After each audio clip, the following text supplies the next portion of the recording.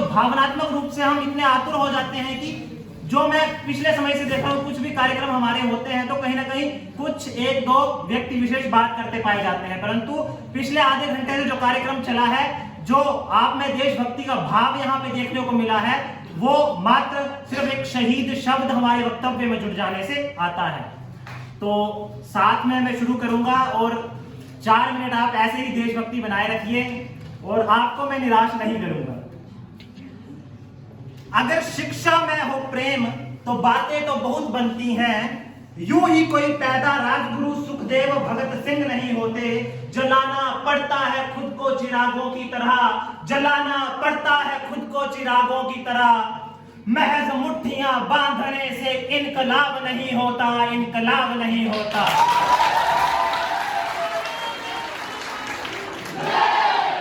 अवस्थी शिक्षण संस्थान के इस सभागार में उपस्थित भारत की युवा तरुणाई शक्ति, प्राचार्य महोदय और प्रत्येक शिक्षक वर्ग, जैसे कि हम सब आज शहीदी दिवस के उपलक्ष्य पर यहाँ पे एकत्र हुए हैं और उस प्रत्येक शहीद को नमन करते हुए आज हम इस वक्तव्य के माध्यम से उन्हें याद करेंगे।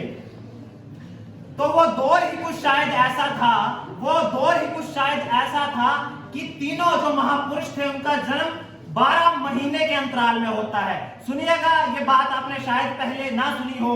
तो सबसे पहले मई 1907 में सुखदेव जी लुधियाना पंजाब प्रांत में पैदा होते हैं। तत्पश्चात सितंबर 1907 को हमारे भगत सिंह जी जो वर्तमान पाकिस्तान लाहौर में है वहां पैदा होते हैं। उनका जो बीच का अंतराल रहता है वो 3 से 4 महीने का रहता है। तत्पश्चात 8 महीने के पश्चात अगस्त 1908 में जो अपने शिवाजी महाराज की बलिदान भूमि है महाराष्ट्र में, हमारे तीसरे क्रांतिकारी राजगुरु का जन्म होता है। तो इनका जो एक अंतराल रहता है वो 12 महीने से लेकर मई से लेकर अगस्त तक 12 महीने के अंतराल में उनका जन्म होता है। शायद भगवान द्वारा ही कुछ विशेष देन थी कि एक हम उम्र लड़के इस देश की स्वतंत्रता के लक्ष्य को लिए अपना जीवन समर्पित करते हैं। जन्म से ही बंदूकों की खेती करने से लेकर जलियांवाला बाग हत्याकांड में 12 वर्ष का वो भक्त, उम्र पे गौर कीजिएगा, 12 वर्ष का वो लड़का जहां वो अपने स्कूल से छुट्टी होने के पश्चात घर वालों को बिना बताए उस जलियांवाला बाग हत्याकांड में अपना परोक्ष रूप से वहां पे पहुंचता है और वहां जनरल डायर द्वारा जो बर्बरता की गई है उसका प्रत्यक्ष साक्षी बनता है, उसे अनुभूत करता है और बिना डरे वो 12 वर्ष का लड़का वहां पे जाता है और जीवित लोगों की पहचान करने की कोशिश करता है और वहां की लाल मिट्टी, खून से लथपथ लाल मिट्टी को उठा के घर पे लाता है। मैं बताऊंगा कि उसके घर का माहौल, जहां उसके चाचा, जहां उसके पिता का पूर्ण सहयोग था, उसका जो बचपन था वो खेल में नहीं, उसका जो बचपन था वो अंग्रेजी हुकूमत की हिंसा और क्रांतिकारी विचारों में पला था। वो 12 वर्ष का लड़का भगत सिंह था। ये तीनों हम उम्र युवा साथी जिनके सामने अगर मैं अपनी बात करूं तो 23 वर्ष में हम ऐसे बहुत से 23 वर्ष की उम्र पूरी कर चुके हैं। ये 23 से 24 साल के लड़के जिनके सामने अपना पूरा भविष्य पड़ा था, अपने पूरे 50 से 60 वर्ष पड़े थे, परंतु वो अपने भविष्य को ठुकराकर मात्र देश भूमि के लिए, देश प्रेम के लिए अपना बलिदान देश की स्वतंत्रता के लिए देते हैं। उनका आप किस प्रकार से वो अपना जीवन समर्पित करते हैं सुनिएगा जरा कि लाला लाजपत राय की हत्या से लेकर चाहे वो पुलिस को वो स्वयं सौंपते हैं, वहां से लेकर चाहे जेलों में वो एक अभियान चलाते हैं। 1857 की क्रांति का विफलता का एक कारण यूनिटी रही थी कि सही समय पे सही जगह पे एकता के रूप में वहां से आंदोलन नहीं प्रबलित हो सका। तो भगत सिंह जी जब अपने स्वयं को एक पुलिस अधिकारी के समक्ष सरेंडर करवाते हैं तो उसके पश्चात वो जेलों में जाके एक ऐसा अभियान चला देते हैं, जेल के माध्यम से चारदीवारी के अंदर वो तीनों वीर पूरे देश को एक कर देते हैं, पूरे युवाओं में एकता और अखंडता और बलिदान से परिपूर्ण कर देते हैं। तो पंक्तियों पर गौर दीजिएगा। भेजा जेल भगत सिंह को उल्टी गोरों की चाल हुई और पहली बार 116 दिन की भूख हड़ताल हुई। वो डटा रहा कि जिसने सपने इनकलाब के देखे थे, वो डटा रहा कि जिसने सपने इनकलाब के देखे थे, उस मूछ किताब के आगे घुटने अंग्रेजों ने टेके थे। वो दोषी सिद्ध होते रहे गए वो दोषी सिद्ध होते रहे और मौत का पंजा कसता था और जज को देखकर भगत सिंह दीवानों जैसा हंसता था, दीवानों जैसा हंसता था। मैं जितना इन वीर जवानों के बारे में कहूं, शहीद शब्द तो काफी छोटा पड़ जाएगा। ये एक ऐसे वीर बलिदानी थे जिसने स्वेच्छा से, अपनी इच्छा से वो मार्ग चुना था। शायद भगवान ही की कोई देन थी कि उनका लक्ष्य उस हिसाब से निर्धारित किया गया था।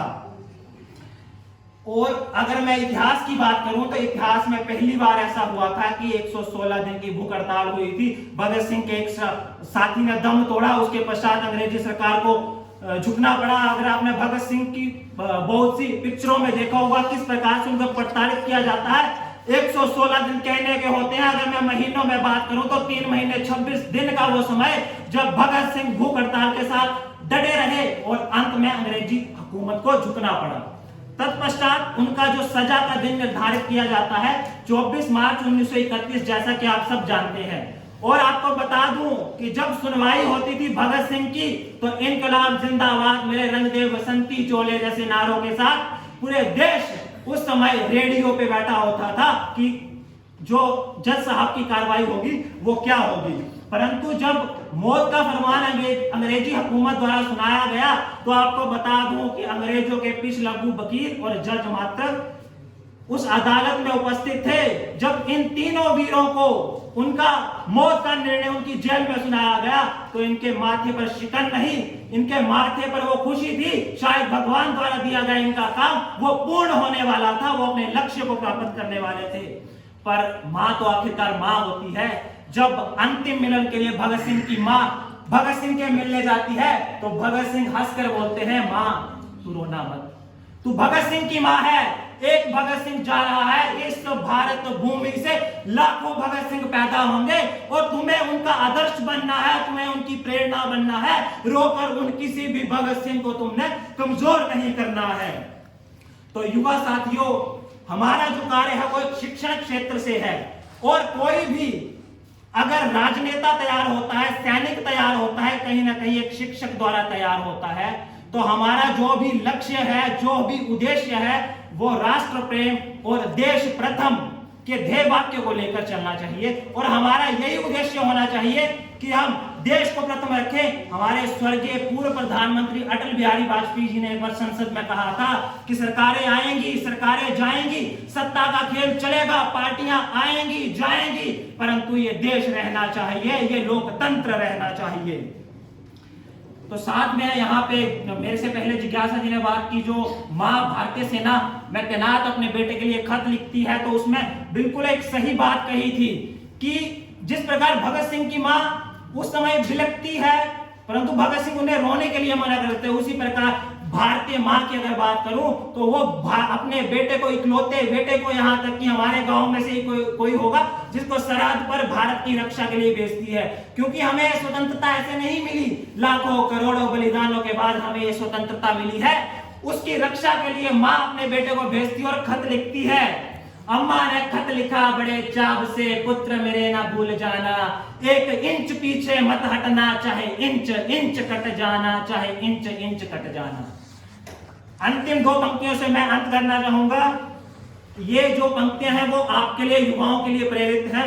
तुम युवा हो, काल भी काल से लगते रहो, देश का सौभाग्य अपने खून से लिखते हो, ज्वाल का भूचाल का साकार परिभाषा तुम ही हो, ज्वाल की भूचाल की साकार परिभाषा तुम ही हो, देश की समृद्धि की सबसे बड़ी आशा तुम ही हो।